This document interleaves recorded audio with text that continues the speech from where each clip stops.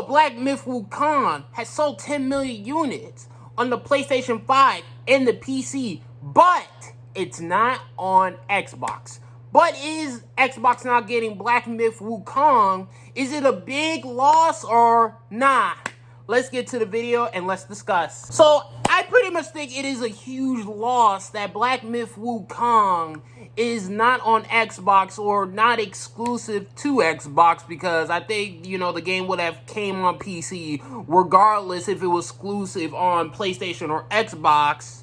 But this is a huge, huge loss, to be honest with you guys, if anything. And also, too, when it does, you know, come out on Xbox Series consoles sometime in 2025 or whenever that does happen, you know, the question is, will Xbox gamers care? Will they care enough to buy the product? Because, you know, here's an example of another game that just came out recently, but came out on PlayStation 3 years ago.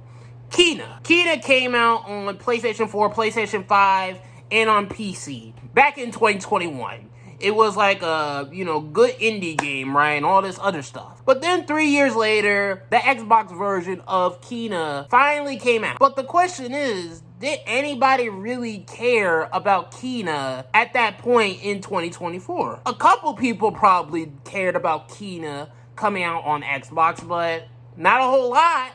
Not a whole lot of people. And that pretty much is my point when it comes to Black Myth Wukong. You know, Black Myth Wukong, it's hype. It's getting a lot of play. It's getting a lot of gameplay. It's getting a lot of let's plays. You know, it's getting a lot of coverage right now. But when it does come to Xbox in 2025 or whatever year it comes out, will Xbox gamers actually care? Will it get the same amount of coverage as it did on the PlayStation and on the PC? I'm thinking probably not. You know, when games, you know, particular third-party games, you know, come out on Xbox late, it sort of reminds me when a Nintendo Switch game gets a big third-party game, you know, later than its, you know, PlayStation, Xbox counterparts. Big thing is, with the Switch, the big difference is that, you can play on the go, whereas with the Xbox version, it's just another home console version. I don't think people will be as interested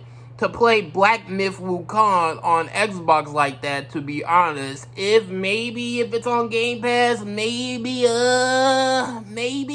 But this does highlight another big issue. I like my Xbox Series S. But I'm not gonna lie, I'm not gonna cap. I think this Xbox Series S right here should have a bit more system memory. Meaning it should have 12, 13, or even 14 more gigabytes of RAM.